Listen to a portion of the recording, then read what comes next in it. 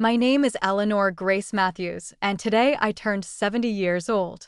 I live alone in a small wooden house at the end of Willow Street in Montgomery, Alabama.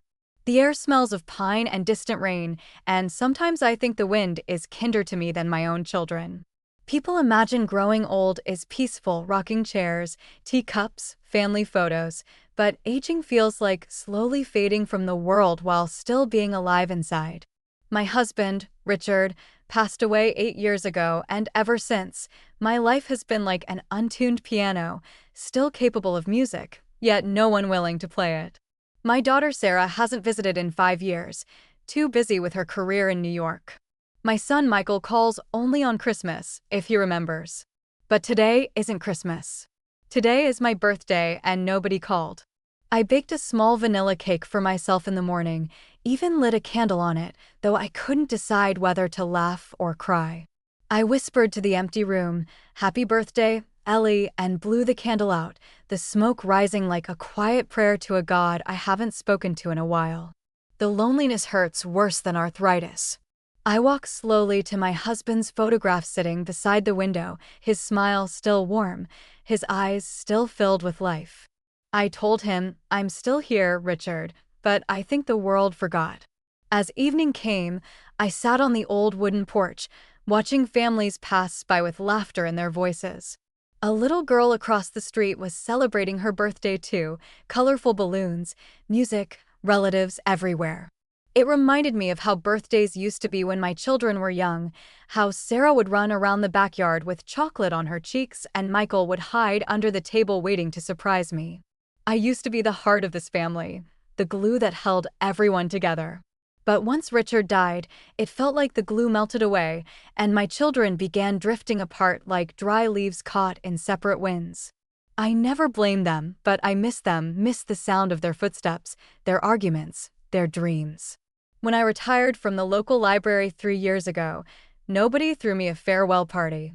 They said, "You were quiet, Mrs. Matthews. People forgot you were even here." Those words cut deep because they were true. I had spent more time arranging books than arranging my own life.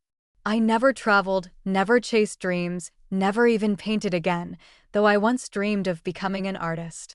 But life demanded sacrifices, and I gave everything to my family. Richard worked hard, I raised children, and money was always tight, so dreams were postponed, folded like letters never mailed. Now I wonder, where do old dreams go when people give up on them? Do they die? Or do they wait, patiently, inside the heart? Tonight, as darkness spread across the sky, I wrapped myself in Richard's old coat and looked at the stars. That's when I remembered something I've never told anyone. Not even my children. 3 weeks before Richard died, he handed me a sealed envelope and said, "Open this when you feel completely alone. It will guide you." I never opened it, not because I forgot, but because I was afraid. What if it was nothing? What if it was everything? But today felt like that day. So I walked inside, opened my drawer, and took out the envelope. My hands trembled as I broke the seal. Inside were two things: a small old key and a letter. The key was rusty, tied with a red thread. The letter smelled faintly of his aftershave, as if time itself refused to erase his presence. I unfolded it slowly, and my heart pounded like it did when we first met. The letter read, "My dearest Ellie, if you're reading this, it means you have stood too long in silence. Your life is not over. Go to the cottage by Bluebird Lake, the one we once dreamed of buying. Use this key. Inside is the part of your life you had to leave behind. I have built something for you. Something only meant for you. Please don't let loneliness bury the woman you truly are. You are meant for more. Your loving husband, Richard." Tears blurred the words. My heart shook like memories were waking after a long sleep. Bluebird Lake, that place was our dream. When we were young, we promised we'd retire there, start a small art studio, and live quietly among nature. But life got in the way. Bills, work, children, sickness, responsibilities. But what had he built there? Why did he keep it secret? My hands shook as I held the key. For the first time in years, I felt something powerful: purpose. Fear and hope collided inside me. I didn't know whether to scream or drive there immediately. But one thing was certain, I wouldn't spend another birthday alone. The next morning, I packed a small suitcase, 2 dresses, Richard's photograph, and the key. I didn't call Sarah or Michael to tell them. Why should I? They never called me. I looked at my reflection in the mirror, a 70-year-old woman with silver hair tied in a bun, wrinkles across her cheeks, but a strange brightness in her eyes, something I thought I had lost. I whispered to my reflection, maybe I still matter. As I drove toward Bluebird Lake, after 28 years, the road felt unfamiliar and yet welcoming. Trees leaned over the road as if greeting me. The wind brushed against the car windows like an old friend remembering my name. When I arrived, I walked slowly to the cottage, an old wooden cabin by the water. I had never been inside before, but it felt like a memory waiting to open itself. My hands trembled as I inserted the key. The lock clicked, and when I opened the door, I gasped. The room was filled with my paintings, dozens of them, framed, signed, beautifully arranged. I hadn't painted in over 30 years, yet here they were. My paintings. My dreams. I looked around with tears pouring down my cheeks. On the center table was another note from Richard. These are your own forgotten works. I found them in the attic and restored them for you. I want the world to see them. I want you to live again. This place is yours now. Your studio. Your life. Live it before it's too late. I fell to my knees, sobbing. I touched the brushes, the colors. It was as if time rewound and gave me back everything I thought was gone. In that moment, I wasn't 70, I was 25 again, full of dreams. I spent hours there, crying, remembering, feeling alive. That night, I painted again, my hands stiff but my heart on fire. Richard had preserved not only my art, but me. I slept in the cottage, and my dreams were filled with colors I had forgotten existed. In the morning, I made a decision. I would hold an art exhibition. One last time. I wanted the world to know that I lived, that I dreamed, that I mattered. I submitted my artwork to a local art gallery. They were astonished and said, "Mrs. Matthews, these are extraordinary. Where have you been all these years?" I simply said, "Waiting." Weeks passed, and the exhibition date approached. Still, my children didn't know where I was. But I didn't care anymore. I wasn't waiting for their love to feel alive. On the night of the exhibition, people gathered, more than I ever imagined. Newspapers came. Local artists praised my work. Some called me the forgotten artist of Alabama. For the first time in years, I stood proudly under the lights. My paintings told my story: sacrifice, motherhood, loss, love, loneliness, memory, hope. Near the end of the exhibition, I dedicated the entire collection to Richard, who saved my life even after his own ended. The crowd applauded. I smiled. I felt Richard beside me. As I stepped outside the gallery, my phone, silent for years, suddenly began to ring. Then ring again. Then again. In just 2 minutes, 71 missed calls from Sarah and Michael. My children.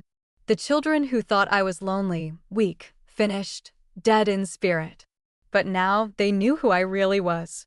I stood under the streetlight, holding my phone, smiling through tears, knowing this was not the end of my story. This was only the beginning. That night, as I stood beneath the soft glow of a street lamp outside the art gallery, the cool November breeze brushed against my cheeks, but my heart burned like a furnace. My phone buzzed again, the same number over and over, but I didn't answer. I simply watched it ring, its screen flashing the name Sarah, and after a moment, Michael. For years, I had longed to hear their voices, but tonight felt different. I no longer wanted to beg for their attention or feel thankful just to be noticed. I had rediscovered my worth in the eyes of strangers who admired my art, in the whispers of young artists who said I had inspired them, and in the warmth of my husband's memory. Still, when the ringing stopped and silence returned, I felt a tightness in my chest, not fear, but the weight of change. I knew this moment had altered something between us. Perhaps everything. I returned to the cottage at Bluebird Lake, my sanctuary now, and sat by the window where Richard once promised we would grow old together. I imagined him sitting beside me, as though he'd never left. The night was quiet, yet my mind was loud with memories. I thought of the times I held Sarah through her nightmares, how I stayed awake until 4 a.m. sewing costumes for her school plays. I remembered helping Michael with his college essays, even when my eyesight blurred from exhaustion. I gave them so much and expected nothing but gratitude. Instead, they walked away, convinced their mother belonged to the past. But tonight, their 71 calls told me something. I mattered again. I poured myself a cup of tea, lavender chamomile, Richard's favorite, and turned on the small radio in the kitchen. A soft jazz tune filled the room, reminding me of the dance we shared at our wedding. The memory brought a tear to my eye, but also a smile to my lips. I sat down at the table with a notebook and began writing something I had never written before, a letter to Sarah and Michael, not of grief, not of guilt, but of truth. Not blame, but understanding. I wrote about my life, before them, after them, and beyond them. I wrote about the silence that grew so loud inside me that I forgot how to dream. I wrote about the paintings they never knew existed. I wrote about Richard's secret, the one that helped me live again. And I wrote about the strength it took to stand alone. As dawn approached, I fell asleep on the couch, the notebook on my chest, the radio still humming. When morning arrived, I awoke to another wave of missed calls and texts, some apologetic, some desperate, some angry. One message from Sarah read, "Mom, we saw the news article. You're in the paper. Everyone's talking about you. Why didn't you tell us?" Another, from Michael, said simply, "We're coming." I didn't reply. Not yet. Instead, I walked outside to the lakeside, let the cold air embrace me, and felt, for the first time, ready to face them. I spent the day painting again, each stroke guided by a feeling I couldn't put into words. In the afternoon, I heard the sound of a car pulling into the gravel driveway. My hands trembled, not because I feared them, but because I feared the moment I had waited for was finally here. I stepped outside. Sarah stood next to her silver car, dressed in a long beige coat, hair neatly tied, eyes filled with a mixture of shock and sadness. Michael emerged too, taller than I remembered, beard slightly grown, shoulders heavy with burden. They both stared at me like I was someone they didn't recognize. For a moment, none of us spoke. Then Sarah stepped forward and asked, "Mom, why didn't you tell us you were here? Why didn't you tell us about any of this?" I looked at her, the daughter I once knew so well, and replied gently, "Would you have listened?" My words struck her harder than I expected. She looked away, her eyes watery, her stance unsure. Michael cleared his throat. "Mom, we didn't know. The papers said your exhibition was sold out. They said you might start a foundation. Is that true?" I smiled faintly. "It might be." There was another long silence. Sarah tried again. "We thought you were lonely, dying inside. We didn't know you were alive." I finished for her. She nodded. And then something happened I didn't expect. Her eyes broke. Her shoulders collapsed. Tears fell down her cheeks. She said, voice trembling, "Mom, I'm so sorry." Michael looked at her, then at me. His voice cracked. "We thought you were just staying quiet. We never thought you were hurting." I took a deep breath. My hands shook, but my voice didn't. I was never just quiet. I was waiting. For years. Waiting for one of you to ask if I still had dreams. Sarah's tears welled faster. "Mom, we were busy. Life. I cut in softly. "Life is the reason you forgot me. But it's also the reason I remembered myself." Michael approached slowly. "We want to make it right. We're here now. We want to help." I looked at them both, the children I raised, the strangers I now faced, and I wondered if love could survive neglect. I wondered if forgiveness should come easily. My heart still loved them, but my wounds still ached. I said softly, "Help me?" "How? By calling me on holidays? By sending me flowers once a year?" Sarah wiped her tears and whispered, "No, by being your children again." Those words made something inside me break and heal at the same time. I walked toward the lake, letting them follow. We stood at the water's edge, the reflection of the sky shimmering across the surface. I told them everything about the letter, the key, the cottage, the studio, the exhibition. Their faces shifted from disbelief to awe to realization. For the first time in decades, They saw me. Not as a caretaker. Not as a background figure. But as a woman with history, with pain, with purpose. After a long silence, Michael said, "Mom, I never asked. Did you ever have dreams of your own?" I looked up at the sky and replied, "I did. And your father helped me find them before I died inside." Sarah stepped beside me, voice soft, fragile. "Mom, can we see the studio?" That moment, I cannot describe it. But I nodded. And for the first time, they walked into my world, not as children coming home, but as witnesses to a life they never knew existed. Inside the studio, Sarah touched one of my paintings gently, eyes wide. "This is beautiful," she whispered. I could see in her face that something had changed. Perhaps guilt. Perhaps admiration. Perhaps both. Michael looked around the room and asked quietly, "Mom, are we too late?" My heart trembled. I thought of the years of silence. The lonely birthdays. The empty holiday dinners. The pain that had no name. But I also thought of forgiveness. Of the chance to begin again. I took a deep breath. "It's never too late to love someone," I said, "but it can be too late to notice them." As evening settled, we sat together near the fireplace, and I shared more truths than I ever had. I told them about my years at the library. My sleepless nights. My fear that I would die unnoticed. I told them how Richard believed in me until his last breath, and how his final gift pulled me from the edge of despair. Sarah began crying again, not loudly, but softly, almost respectfully. Michael said, "Mom, we want to help with the foundation. We want to be here. Not for obligation, but for real." I looked at them, one at a time, and asked, "Are you ready to know who I really am? Not just as your mother, but as Eleanor." They both nodded. And that night, for the first time in years, I didn't feel alone. Yet, deep in my heart, I still wondered, did they come because they loved me, or because the world suddenly did? As I drifted to sleep, I couldn't shake the feeling that another secret was still waiting to be discovered. Something Richard had never told me. Something bigger than even this. The morning after Sarah and Michael arrived, sunlight flooded the cottage through sheer white curtains, casting golden warmth across the wooden floorboards and igniting tiny dust particles that danced like floating memories. I woke to silence, not lonely silence, but companion silence, the kind that hums gently in the presence of people who share the space, but not yet the pain. My children were still asleep in the guest rooms for the first time in over a decade. I brewed coffee slowly, savoring the earthy aroma, and smiled faintly when I found a handwritten note stuck to the refrigerator door, written in Sarah's elegant handwriting.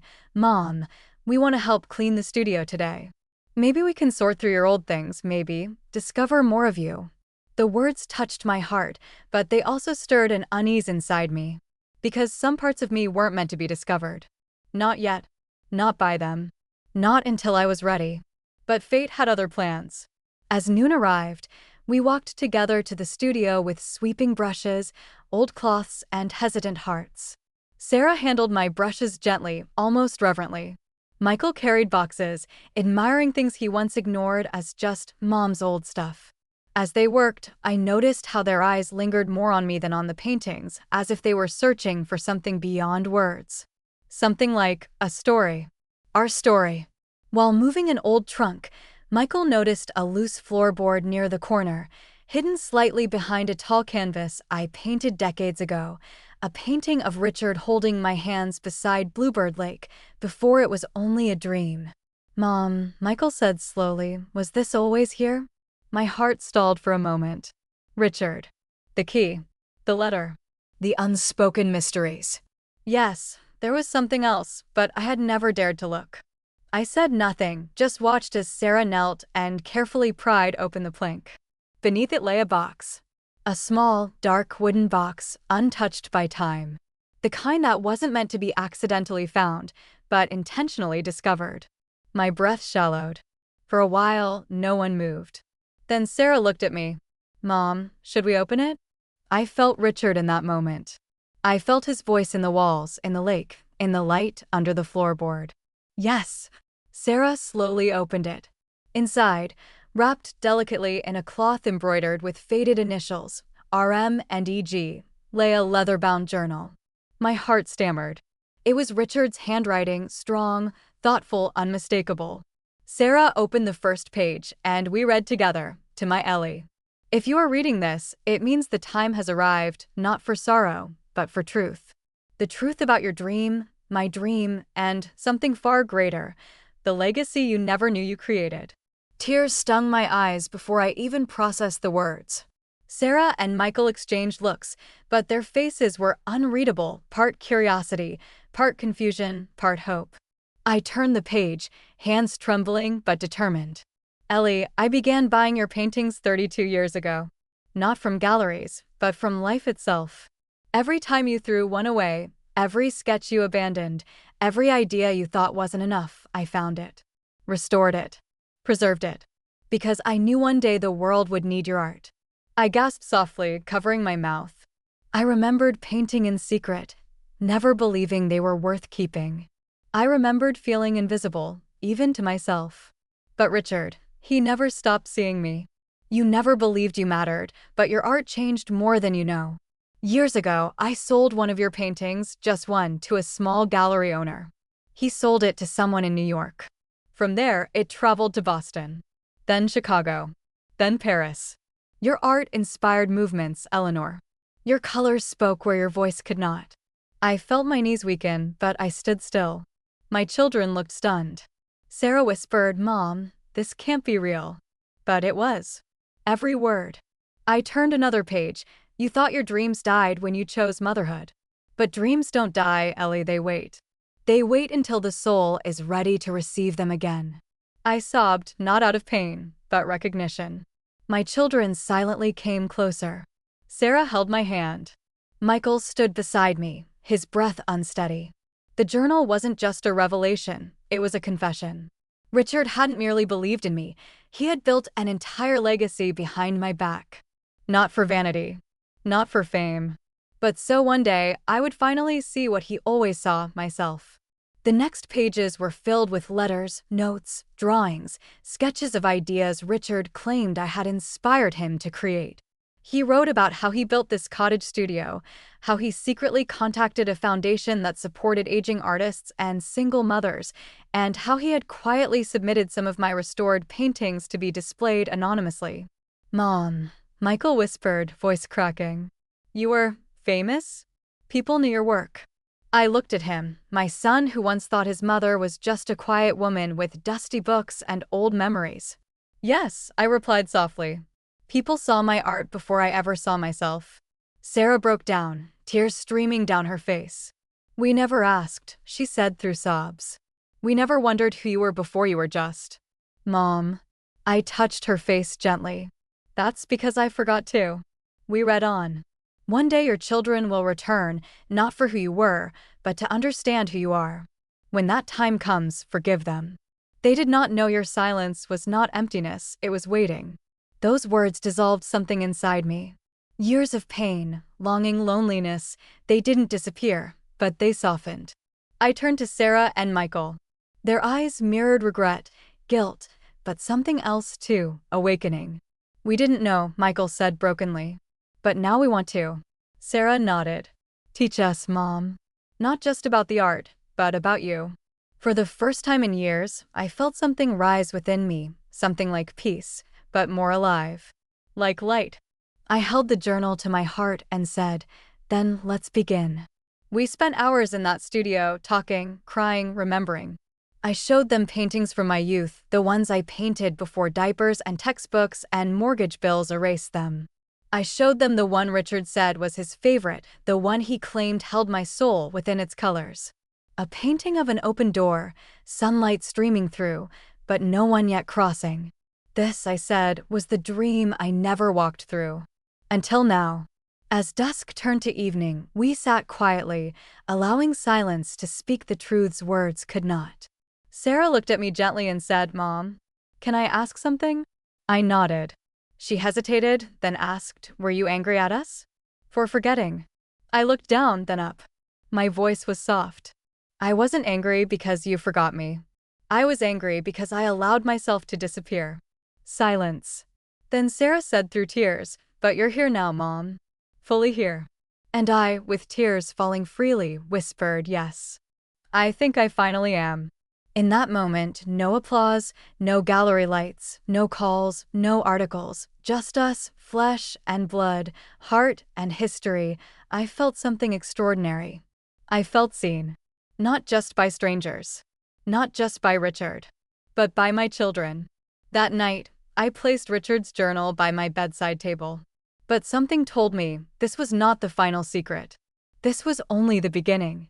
Because at the very end of the journal, there were 2 words, written alone, underlined gently, almost lovingly separated from everything else. Find Eleanor. And suddenly I realized, Richard didn't just want me to find myself. He wanted the world to. The phrase, find Eleanor, lingered in my thoughts like a soft whisper echoing through every corner of my heart. I repeated it silently as I stared at the ceiling that night, the moonlight spilling across the wooden beams like old memories finally awakening. Though Sarah and Michael were sleeping upstairs, surrounded by warmth and the security of family, I felt strangely unsettled, less alone than before, but somehow more vulnerable. Because Richard's words reminded me that there was still a version of myself I had not yet met. I rose from bed before sunrise, when the world was still draped in silence, and wrapped myself in Richard's old flannel robe before heading to the studio. The grass was damp with dew, and the cool air brushed my cheeks like the hands of time itself, guiding me toward something I couldn't yet see. Inside the studio, the shadows were long and gentle, as though the early light was giving them one last moment to speak. I sat at the wooden table where Richard's journal still lay, waiting, patient.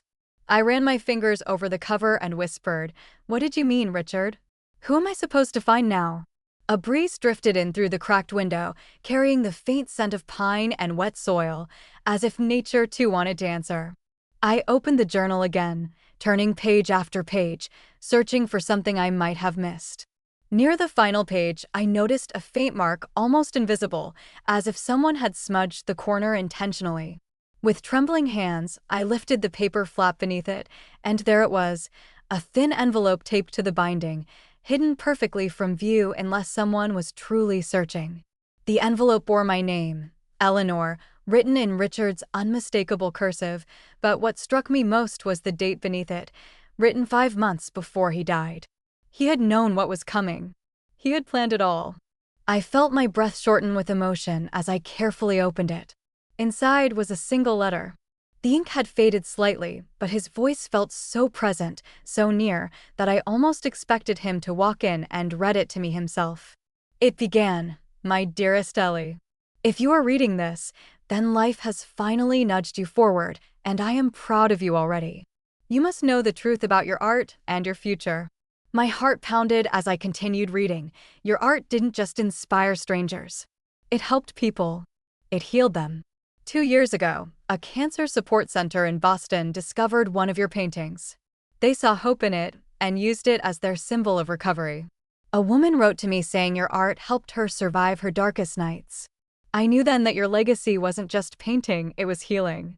My eyes filled with tears.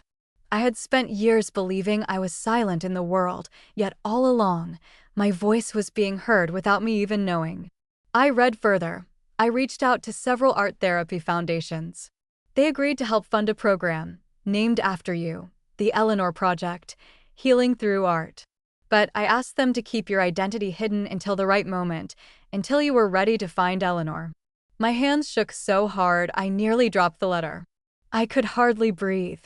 Richard had created not just a legacy, but a purpose. A path forward. Not for my past, but for what remained of my future. Just then, a soft knock sounded against the studio door. I quickly wiped my tears, took a deep breath, and opened it. Sarah stood there in her pajamas, eyes swollen from sleep, but gentle with concern. "Mom," she whispered. "Are you okay?" I couldn't speak, not yet, so I simply gestured for her to come inside. She sat beside me on the wooden bench, and I handed her the letter. As she read, her lips parted slowly, her eyes filling with awe and disbelief. When she finished, she looked at me not just as her mother, but as a woman. A woman she wanted to understand. "Mom," she whispered shakily, this is beautiful. He believed in you more than anyone I've ever known. I nodded, tears running freely now. Yes. And somehow, I forgot to believe in myself. At that moment, Michael appeared at the door, rubbing his eyes sleepily. Why are you both awake? What's going on? Sarah passed him the letter. He read slowly, carefully, his expression shifting from confusion to shock to something deeper, reverence. He exhaled sharply. Mom, this project, this foundation, it's real. I nodded. It sounds like it. But I never knew. Richard kept it hidden until I was ready. Michael looked around, his eyes glimmering in the warm morning light. Maybe this isn't just your story anymore, Mom. Maybe it's ours now too. His words pierced through the walls I had built around my heart. Sarah took my hand. Mom, she said gently, forgive us for seeing you only as someone who waited for us. We never asked who you were outside our lives. I looked at them, my children, grown, flawed, human, and felt something shift. I had waited for their love. But maybe they were waiting too, waiting to see me as more than just a memory of their childhood. I wiped my tears and took a deep breath. Let's not stay stuck in apologies, I said softly. Instead, help me continue Richard's dream. Our dream now. We spent the rest of the morning reading more letters, uncovering documents, proof of funding, sketches from Richard about the art healing program, even early outlines of group therapy sessions. The foundations were real. The outreach was real. The lives it touched were real. My art, my forgotten, abandoned art, had already lived in the world before I did. By afternoon, we drove into town and visited the modest local library, the same one where I once shelved books unnoticed for 20 years. The librarian, Mrs. Campbell, greeted us with a smile of recognition, but widened eyes of surprise when Sarah introduced me by name. You're Eleanor Matthews? She asked in disbelief. When I nodded, she nearly teared up herself. The newspaper said your exhibition was incredible, she said softly. People are talking about you everywhere. There's a waiting list for your next show. I was stunned. I had barely started living again, yet life had already begun calling for me. We asked about reaching the foundation mentioned in Richard's letter, and Mrs. Campbell helped us search on the public computer. To our amazement, the program was real, operational, and listed under the Eleanor Project, though officially filed under the name E.G. Matthews to protect my identity. Contact information. Phone numbers. A website. My entire future, already quietly built by the love of one man who understood me better than I ever understood myself. That evening, Sarah and Michael sat with me beside Bluebird Lake. The surface shimmered with sunset colors, rose gold and lavender hues like brushstrokes of peace across the water. Sarah rested her head on my shoulder. Mom, she whispered, I want to help with the foundation. I have contacts in New York. We can bring your program to schools, hospitals. The world might need this. Michael nodded. And I can manage logistics. Donations. Outreach. Whatever it takes. I looked at them both, my children, who once walked away, now walking back with open hearts. And for the first time, I didn't feel like a forgotten mother. I felt like a woman stepping into her purpose. We held hands as the last light kissed the lake. And I realized something profound. It was never too late to find Eleanor. Perhaps I had always been waiting for myself. The rain had never sounded so loud before, as if the sky itself was trying to wash away every secret I had buried, every tear I had shed, and every mistake my family had ever made toward me. It felt like I was walking under a waterfall instead of rainfall. I stepped outside holding my umbrella, but the wind was so strong that it flipped it inside out, leaving me soaked within seconds. As I finally opened the wooden door of the old storage shed, the one Richard had told me to stand in front of, I felt a strange weight in my chest, like I was about to walk into someone else's life. The shed was small, its walls faded by time, and cobwebs hung from the corners like silent witnesses of the forgotten past. A single metal box sat in the center, and beside it, a sealed envelope with my name written not as Mom, Grandma, or Eleanor, but to the woman who sacrificed everything. My hands trembled when I picked it up. Rainwater dripped from my hair onto the envelope and blurred some of the letters. For a moment, I didn't know whether to open it, cry over it, or burn it. My heart was beating so fast I could hear it louder than the rain itself. I sat on the chair inside the shed, the sound of raindrops hitting the metal roof like a thunderous applause or perhaps a warning. Either way, I was ready. I tore the envelope open and unfolded the letter. The handwriting was Richard's. He wrote, "If you're reading this, I'm gone. But before any of them know who you are, you must remember who you have always been." My tears blurred the ink as I read his words, each line pulling me deeper into memories I had tried so hard to bury. He reminded me of my youth, when I dreamed of becoming a painter, when I believed that a woman could rise above pain and write her own destiny. He reminded me of the day I chose family over dreams, the night I sold a painting to buy braces for Emily, the morning I canceled my art exhibition to stay home with Brian when he was sick, and the year I quietly sold my mother's last heirloom, her necklace, to pay for Adam's college tuition. No one knew. No one remembered. No one had even asked how I managed it all. But Richard knew. The letter continued, "They forgot that your silence was not weakness, it was sacrifice. And I won't let history forget you. Here is the truth, they're about to discover who you really are." My eyes widened when I noticed a small key attached to the letter with tape. The bottom of the metal box had a keyhole. My hands were shaking as I inserted the key. When the box opened, I felt a wave of disbelief crash over me. Inside were dozens of files, newspaper clippings, photos, certificates, an entire hidden story of my life that I didn't know Richard had collected. My first art award from 1972. My scholarship letter for Paris. A photograph of me standing beside my first sold painting. A letter signed by a famous art critic named Margaret Lowell, calling me a hidden treasure of American art. And then, I found something that took my breath away. A check. A check worth $1 million.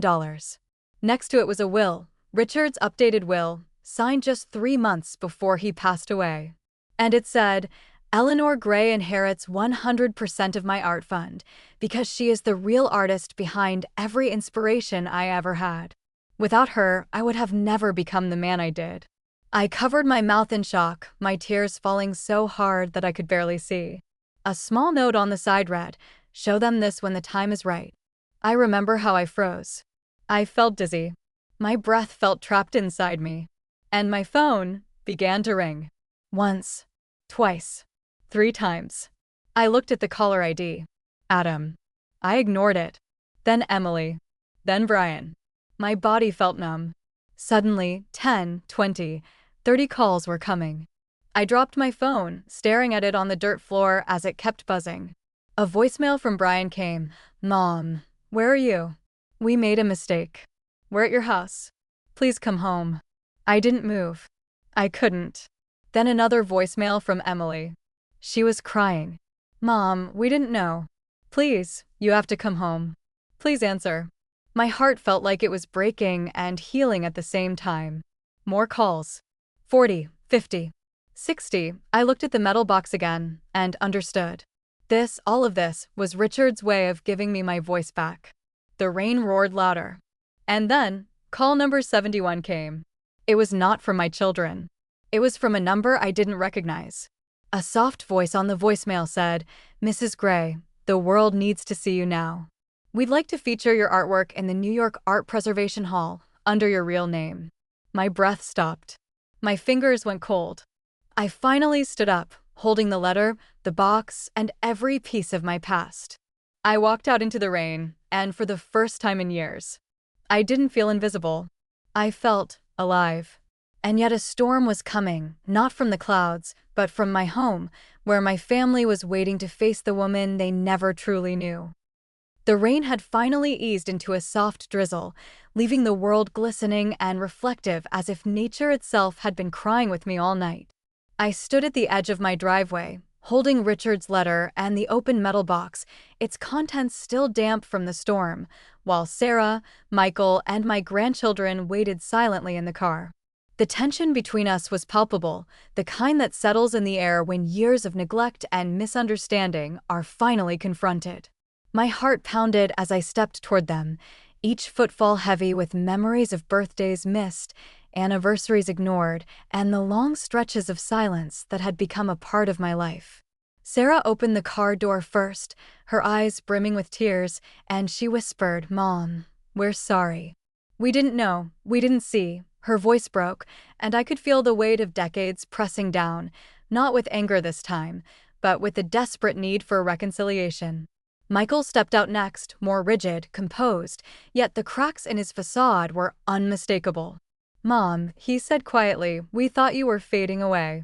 We didn't realize he couldn't finish, and I didn't need him to. I held up the metal box, letting the contents spill gently onto the hood of the car: letters, certificates, photos, and that $1 million check that Richard had left me. Their eyes widened, disbelief mirrored on both their faces as the gravity of what they had missed settled between us. "This," I said softly, "is everything I ever was. Everything I gave. Everything I sacrificed, not for attention, but for love. For family. And Richard, he made sure the world would remember who I was, even when you didn't." My voice trembled, carrying a weight I had carried alone for years. Sarah stepped closer, touching my arm lightly. "Mom, we see now. We see you." Michael nodded, his jaw tight, but his eyes reflecting a mixture of awe and regret. "We missed so much. Mom, we're ready now. To be part of your life. Truly. Not just when it suits us, but for you." I felt a strange calm settle over me, even as tears streamed freely down my face.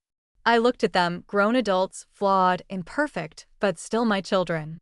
The ones I had loved fiercely despite distance, despite indifference. I realized in that moment that love does not demand recognition. It only exists when it is offered freely, even if unreciprocated for years. "Then let us begin," I said, my voice firm yet gentle. "But understand, this isn't about erasing the past. It's about facing it. You will need to see the years you missed, not just through my eyes, but through the life I built while you were gone." Sarah and Michael exchanged glances, nodding slowly, ready to accept the weight of truth. Together, we began the slow process of rebuilding, not just our relationships, but the bond that had once been severed by silence and neglect. I led them into the studio, pointing to the walls lined with my restored paintings, each one a fragment of my forgotten dreams, a piece of the woman they never knew existed. As they examined the artwork, the initial awe gave way to questions, apologies, and stories of their own mistakes, their own regrets, and the emptiness they had felt in my absence. I listened, allowing their voices to fill the room like a symphony I had longed to hear. Hours passed, and by evening, we had shared laughter, tears, and confessions that had been locked away for decades. My grandchildren ran about the studio, curious and delighted, as though they had stepped into a secret garden their grandmother had tended alone for so many years. And then came the moment I had anticipated but dreaded, the first real conversation about Richard. We spoke of him, of his foresight, of his love that had extended beyond life itself to ensure I would not remain invisible. Sarah asked, "Mom, did he know we would come back?" I paused, thinking of the journal, the letter, the metal box. "Yes," I said softly. "He knew you would need to rediscover me. And he knew I would need to rediscover myself too." Michael stepped closer, placing a hand on my shoulder. "Mom, can we help you with the foundation? The Eleanor project?" I smiled, a warmth spreading through my chest that I hadn't felt in decades. "Yes," I replied. "But remember, this isn't just about the money, the fame, or recognition. It's about healing, creation, and the life we still have to live. You must commit fully, not for your mother, but for the impact we can make together." The rain outside had finally stopped, leaving the lake shimmering in the twilight. Together, we stepped outside, holding hands, a family reunited not by perfection, but by courage, forgiveness, and the unspoken understanding that life's second chances are rare, but sacred. I looked at the water reflecting the last light of day and felt Richard's presence as clearly as if he were standing beside me. "Thank you," I whispered, "for giving me the courage to find Eleanor." Sarah and Michael squeezed my hands, and for the first time, I truly believed we could begin anew, carrying with us not just the weight of years lost, but the promise of love regained, dreams restored, and a family reborn. That night, as we sat together by the lake, the stars reflected in the water like tiny beacons of hope, I finally understood what Richard had meant by "find Eleanor." I hadn't just found the woman I was before my sacrifices, I had found the woman I was always meant to be, surrounded by a family who could finally see her for who she truly was. And in that realization, I felt an overwhelming peace. The following morning, the sunlight streamed through the tall windows of the studio, casting golden beams across the walls lined with my paintings, and I could feel the pulse of life returning to my veins in a way I hadn't experienced in decades. The phone never stopped ringing: emails, messages, and calls from galleries, art enthusiasts, and journalists. But unlike the 71 frantic calls from my children, these were not desperate pleas or apologies. They were invitations, requests, and admiration for the work I had once thought forgotten. Sarah and Michael were by my side, helping me respond, coordinate, and prepare for what I realized was no longer a private life, but a public calling. Our first interview was scheduled for the local Montgomery Gazette, and as we arrived, I noticed the nervous tremor in Sarah's hand and the tight jaw of Michael, both feeling the weight of stepping into this new world alongside me. I felt my own heart racing, but in a way that was no longer fear, it was anticipation. When the journalist, a kindly woman named Clara, entered the studio, she gasped softly at the sight of the walls of paintings. "Mrs. Gray," she said, this is remarkable. How did you hide this talent for so long?" I smiled faintly, placing my hand over a painting of Bluebird Lake, the sunlight breaking across the water in strokes of gold and lavender, remembering Richard's words and his careful guidance. "I never hid it," I said softly. "I simply put it aside while life demanded my attention elsewhere. But sometimes life has a way of preserving dreams until the moment you're ready to embrace them fully." Clara nodded, scribbling furiously in her notebook, while Sarah whispered, "Mom, this is your moment. Don't hold back."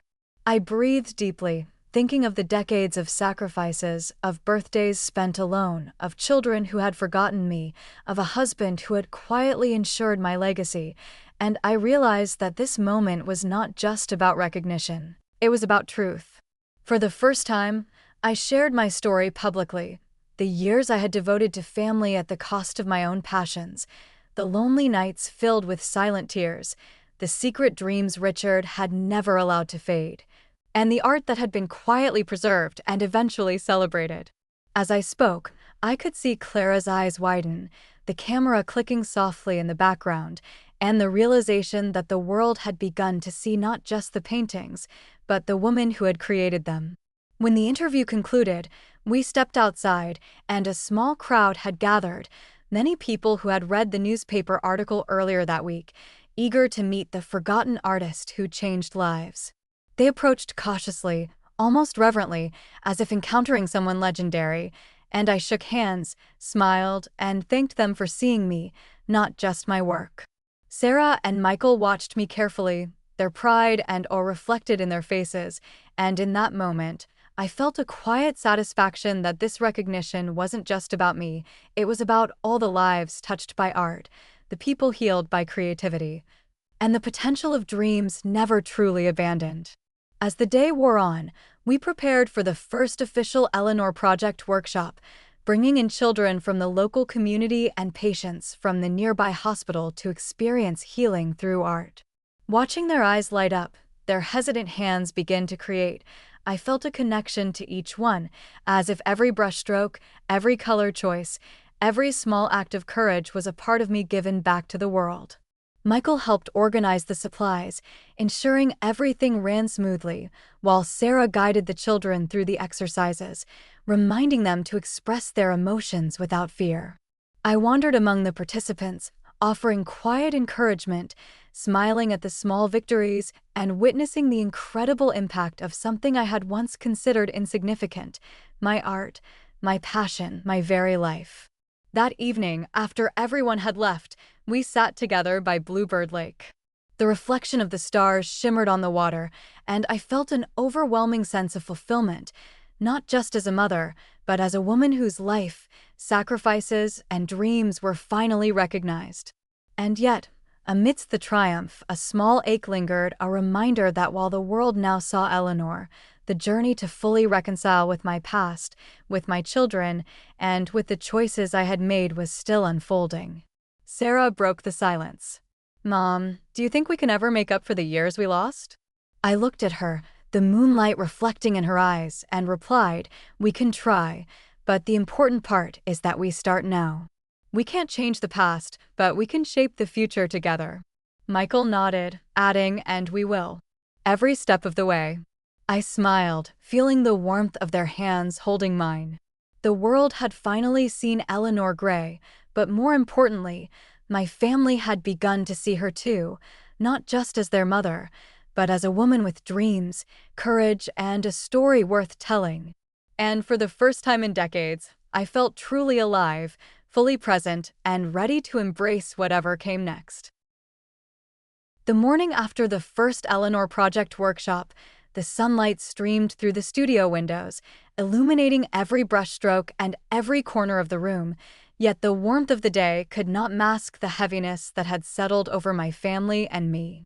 The phone kept buzzing relentlessly, emails from art galleries, calls from journalists, messages from supporters, but it wasn't the public attention alone that weighed on my shoulders. It was the subtle, unspoken tension between my children. The jealousy simmering beneath the surface and the memories of the years they had spent apart from me, which now demanded to be reconciled. Sarah, usually warm and nurturing, had become quietly competitive with Michael, subtly comparing the contributions each of them was making to the foundation. Mom, I think the children would respond better if we introduced a new program for schools next week, she said one morning, her voice polite but tinged with frustration. Michael, arms folded, replied tersely, we can't rush it. We need to do this correctly, or it'll fail, and Mom, you said yourself, quality over speed. I felt the pang of anxiety rise in my chest, seeing the tension between the two who were supposed to be united in purpose. I stepped closer, trying to diffuse the silent storm. We all want what's best, I said softly. It's not about who's right or wrong, it's about what we're doing together. My voice trembled despite my attempt to remain calm, the echoes of years of neglect and misunderstanding resurfacing in the undercurrent of their behavior. Yet, even as we bickered, I noticed how deeply invested they were in the work, how desperately they wanted to honor me, and I realized that even jealousy can be a reflection of love when it is rooted in passion and commitment. The day dragged on with calls from reporters and invitations to galleries, and while the excitement should have been invigorating, it added a layer of pressure that made my heart ache. At one point, a particularly sharp voicemail arrived from a gallery in New York, expressing interest in hosting a major exhibit, but warning that scheduling and logistics were tight. My hands shook as I listened, and I felt the familiar anxiety of invisibility creeping back, not because the world was ignoring me, but because suddenly I could no longer hide behind my quiet existence. I looked at Sarah and Michael, seeing the determination and unease mirrored in their eyes. Mom, Sarah said quietly, maybe we need to delegate some tasks to professionals. We can't handle everything ourselves. Michael agreed reluctantly, and I realized that letting go of control, something I had clung to my whole life, was just as essential as embracing recognition. That evening, after a particularly long day of phone calls and emails, we sat together in the studio, exhausted, and I reflected on how far we had come. The children who once left me behind were now standing beside me, helping to carry the weight of a legacy that was both mine and ours. Yet, amidst the joy and reunion, a quiet tension remained. I sensed that the outside world was watching as much as my family, and with attention came judgment of every decision, every choice, every brushstroke I created. As the night settled, the rain began again, tapping gently against the windows, reminding me that storms, whether internal or external, are inevitable. Sarah leaned against me, whispering, Mom, I don't want us to lose this. Michael added softly, neither do I. And I held them both, realizing that we would face challenges, jealousy, pressure, and scrutiny, but we would face them together as a family reborn, stronger for the wounds of the past and united by the promise of the future. The night deepened, and the lake outside reflected the moonlight like silver glass, serene yet hinting at hidden depths. I realized that while the world now knew Eleanor Gray, the true work was not only in sharing my art, but in guiding my family through their own growth, ensuring they understood not just who I am, but why the sacrifices I made mattered. For the first time in decades, I felt fully responsible for both my dreams and their hearts, a burden I accepted willingly because love, after all, is never truly measured in years alone. The Eleanor Project had become more than a program.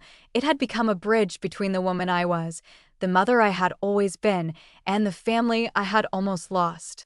And as we sat together, holding hands, sharing quiet smiles, I knew that despite the jealousy, the pressure, and the emotional scars, we were finally learning to walk forward as one, ready to face the storms ahead and embrace the world together.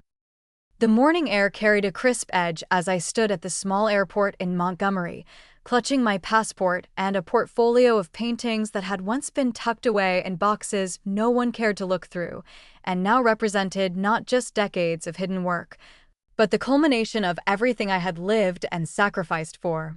Sarah and Michael were with me, their excitement tempered by nervous energy. For months, we had navigated the Eleanor Project, transformed a family fractured by absence into a team working toward a shared dream, and now, an unexpected invitation had arrived. The Paris International Art Fair wanted me to showcase my works, to reveal the true Eleanor Gray to a global audience.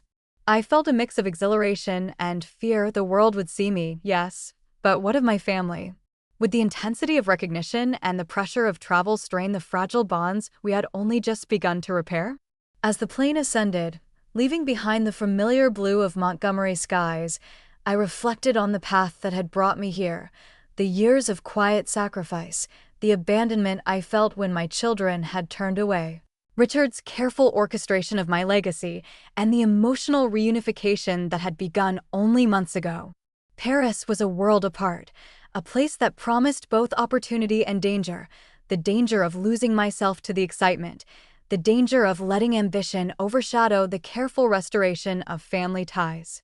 Upon arrival, the grandeur of the exhibition hall took my breath away. Endless canvases hung in luminous frames, soft lighting highlighting colors that had once existed only in the solitude of my studio. Critics, collectors, and journalists moved quietly, studying each painting, whispering comments, snapping photographs, and occasionally stopping to gaze at the ones that seemed to hold a life of their own. Sarah, always perceptive, leaned close and whispered, "Mom, they're mesmerized. Look at them." Michael's hand rested lightly on my shoulder, a grounding presence amidst the growing whirlwind. The attention was intoxicating, yet I felt a subtle tug in my chest, a reminder that while the world was watching, my true audience had always been my family. As interviews began and questions about inspiration, technique, and emotional journey were asked, I realized how carefully Richard had orchestrated this entire narrative. He had ensured that the world would see Eleanor Gray, but he had also given me the tools to protect the delicate bonds with my children. I answered each question with honesty, speaking of sacrifice, motherhood, and the quiet courage it took to continue dreaming, but each story I shared also reflected a careful balance, revealing enough to engage the world, yet preserving the intimacy of our family experience. That evening, as Sarah and Michael reviewed the day's coverage in the small apartment we had rented in Paris, tension surfaced in subtle ways. Sarah, eager to make connections, pushing for more media appearances, and Michael, cautious, reminding us to prioritize our family over accolades. I sensed the old dynamics threatening to reemerge, the subtle competition, the fear of being overshadowed, the unspoken judgments, but this time, I held the authority to guide them, to remind them that our family's unity was far more valuable than any recognition or applause. Yet, as I walked through the streets of Paris under the glow of street lamps, the city alive with music and movement, I felt the profound weight of possibility. One misstep, one neglected conversation, one lapse in communication could undo the fragile trust we had painstakingly rebuilt. But with that weight came also a sense of liberation, the ability to step fully into who I was, to claim my place in the world without fear, and to invite my children to walk beside me with honesty, courage, and forgiveness. That night, after returning to our apartment, we gathered around a small table, exhausted but exhilarated, and discussed the next steps, interviews with European media, gallery previews, and potential collaborations with international artists. Sarah, leaning forward, said softly, "Mom, I don't want us to lose sight of why we started this. The children, the healing, the purpose." Michael nodded, adding, "We need to remember that the world can wait, but our family cannot."